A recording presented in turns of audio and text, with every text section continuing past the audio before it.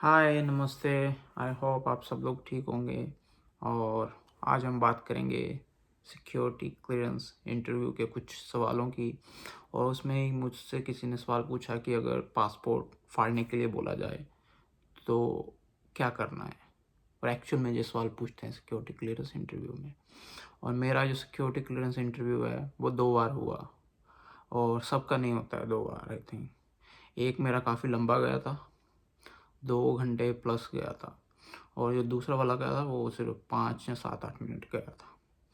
तो एक इंटरव्यू हुआ मेरा ज्वाइनिंग से पहले, और एक हुआ था ठीक ग्रेजुएशन सेरेमनी से पहले।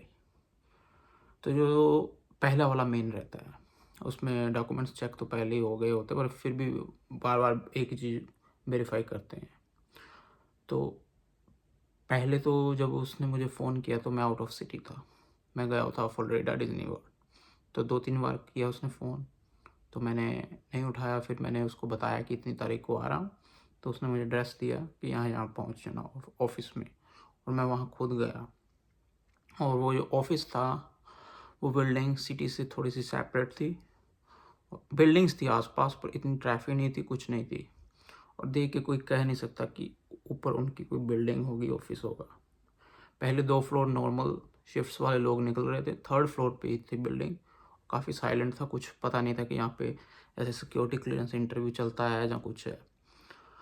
और एक तरह से वो पूरा फिल्मी स्टाइल में था कि जैसे डोर पे जाओगे, नॉक करोगे, कैमरा लगा हुआ है। पहले वो देखेंगे, फिर हाफ खोल के वेरीफाई करेगा, फिर बोलेगा यस, अंदर लाएगा। उसके बाद लेफ़्ट साइड पे सीधा रूम है, वहाँ पे बिठाएगा। वो टेबल रहेगा, लंबा सा चेयर देगा बैठने को, फिर ऐसे आईडी दिखाएगा कि दिस इज दिस और इससे रिलेटेड मैं इंटरव्यू कर रहा हूँ।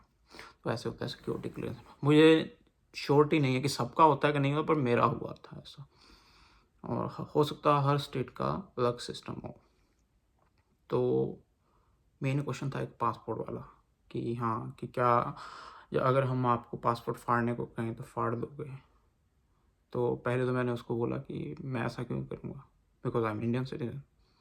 उसने बोला no, just to imagine that. तो उसको मैंने बोला कि हाँ, whatever necessary I will do that. तो इस तरह के सवाल वो रहते हैं। और बाकी फोकस रहता है उनका आपकी ट्रैवल हिस्ट्री पे, कहाँ कहाँ ट्रैवल किया है। पासपोर्ट सामने होता है, उस पर तो दिख ही जाता है, बट फिर भी आपसे वेरीफाई करते हैं डेट्स, कि क्या डेट पे गए, क्यों गए, कितनी विजिट थी। और इससे रिलेटेड फोकस रहता है। और अगर ज़्यादा डेट्स पे फोकस रहे तो ये भी कह सकते हो कि मुझे डेट्स याद नहीं, जो भी है मेरे ईमेल्स में रहता है, टिकट से लेके सब कुछ। तो मैंने तो यही किया था। और क्या रहता है सिक्योरिटी क्लियरेंस में, फैमिली से, बैकग्राउंड से भी रहता है थोड़ा बहुत सवाल। काफ़ी लंबा रहता है। तो एक जगह पे उसने पूछा था मुझे कि यहाँ पे इंडिया मेंशन क्यों नहीं किया, कि ट्रैवलिंग में इंडिया गए 2 बार। तो मैंने बोला तो मेरा पासपोर्ट ही इंडियन है, वो थोड़ी मेंशन करूँगा कि मैं इंडिया गया कि नहीं, मैं हूँ इंडियन सिटीजन। फिर बोला हाँ, मैं आप रिलेट कर पा रहा हूँ, अगर मैं इमेजिन करूँ तो मैं अपनी जगह पे। क्योंकि पहले उसने सोचा कि शायद मैंने ये हाइड ही किया कि मैं इंडिया भी गया। तो एक तो ये चीज़ रही। सेकंड जो रहा मेरा इंटरव्यू, वो इतना लंबा नहीं था। आई थिंक सिस्टम में रहता है पहले कि हो चुका है, वो फॉर्मेलिटी थी। वो आर्मी के ऑफिस में हुआ था। और मुझसे ज़्यादा टाइम जो लगा था एक लड़के का लगा था उस इंटरव्यू में। और वो यूएस सिटीजन था, बट उसके पेरेंट्स जो है मैक्सिको से इलीगली एंटर करके आए थे यूएस में। तो वो हिस्ट्री में आ गया था कि इसके पेरेंट्स इलीगली एंटर किए। तो उससे पेरेंट्स से रिलेटेड वो पूछने लगा कि तुम्हारे पेरेंट्स को तो अरेस्ट करना पड़ेगा क्योंकि वो इलीगली आए हैं, ये हुआ वो हुआ। पर हुआ नहीं था लास्ट में कुछ भी। तो उस लड़के ने बोल दिया था कि मैं आर्मी इसीलिए ज्वाइन किया हूँ कि मेरे पेरेंट्स को भी सिटीजनशिप मिल सके। तो अगर ऐसा होगा तो मैं आर्मी छोड़ दूंगा। तो हुआ नहीं, उसके पेरेंट्स को ग्रेजुएशन सेरेमनी में देखे थे। तो ऐसा भी होता है कि लोगों को हो गए 20-20 साल रहते हुए, बट सिटीजनशिप यूएस की नहीं है। और आगे उनके बच्चे हेल्प करते हैं उनको दिलवाने में। तो ऐसी चीज़ें भी देखने को मिलती है।